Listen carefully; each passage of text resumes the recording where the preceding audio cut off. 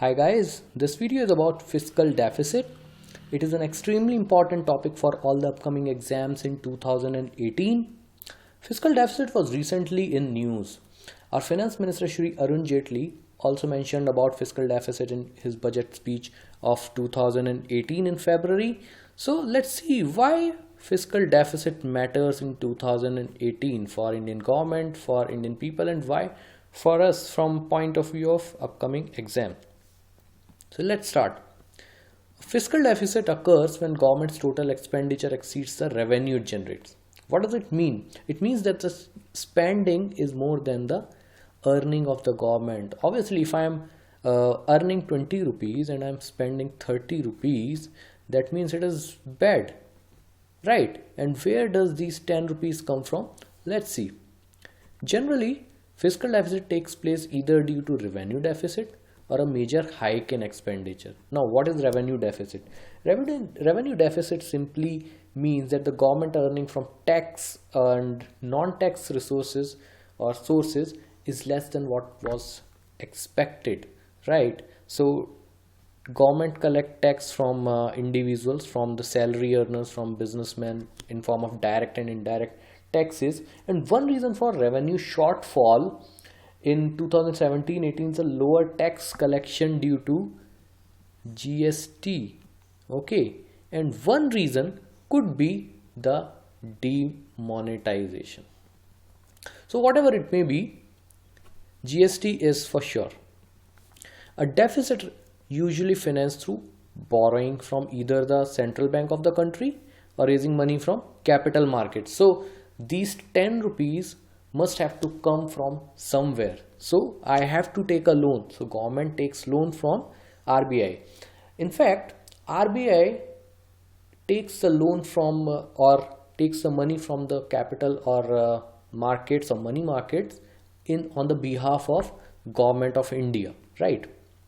Then for 2017-18 fiscal deficit turns out to be 3.5% of the year instead of targeted. So the target was 3.2%, but it turned out to be 3.5%, 0.3% higher. So how much is this 0.3%? Let's see. India's nominal GDP is 167 lakh crore and fiscal deficit is expressed as a percentage of nominal GDP. So you can take 3.5% of 167 crores, right? 167 lakh crores. Now, the effect of inflation. Higher government expenditure will push up demand and generate more money in the economy. Obviously, higher government expenditure, if I spend more, if the government spend more, it will push up some demand, right? It will create some jobs, it will spur the economy, it will create demand for cement also because of infrastructure projects, and it generate more money in the economy. But this will also lead to the inflation. The prices of general commodities will go up, right? Then high fiscal deficit means government is not able to earn as much as it's spending. Okay, so spending more, earning less, then this spending has to be financed from somewhere. So government take loans from the market. Now it has to pay the loans also. Okay, loan has to be paid with interest. So what does it do? It raises taxes. It raises taxes from the salaried people, from the businessmen in the form of direct and indirect taxes. Now one such step has been taken recently in this budget. It has been announced is the announcement of long-term capital gains tax. Long-term capital gains tax is discussed in a previous video, budget video. So long-term capital gains tax is a tax incurred on capital gains or money gain from investment in share market or stock market for more than 1 year. Okay, it is a long-term gain tax and it is 10% has been proposed.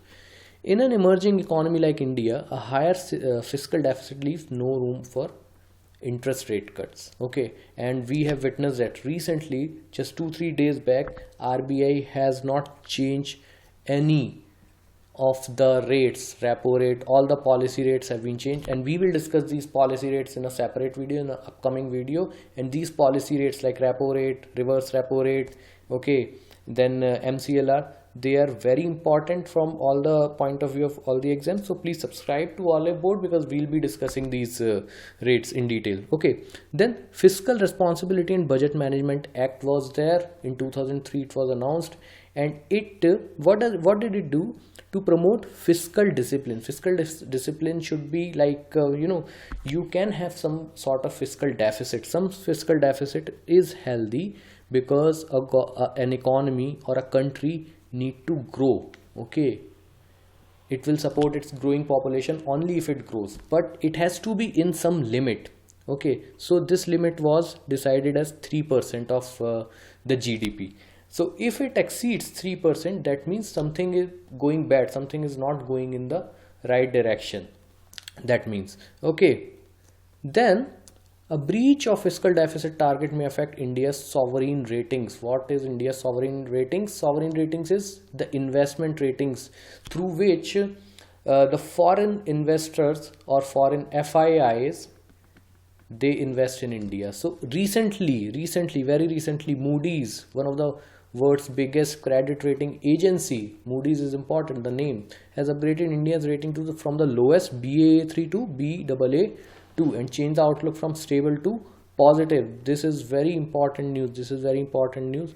So this fiscal deficit might push the investors to stay away from investing in India, or may hit the negative sentiment, but it is just a might.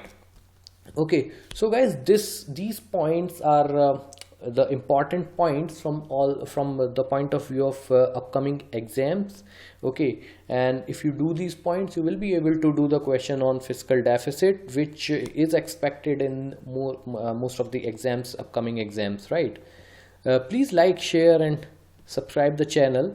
Share the video so that more people may benefit, more people may watch this video, and we'll be coming with more such videos. Thank you.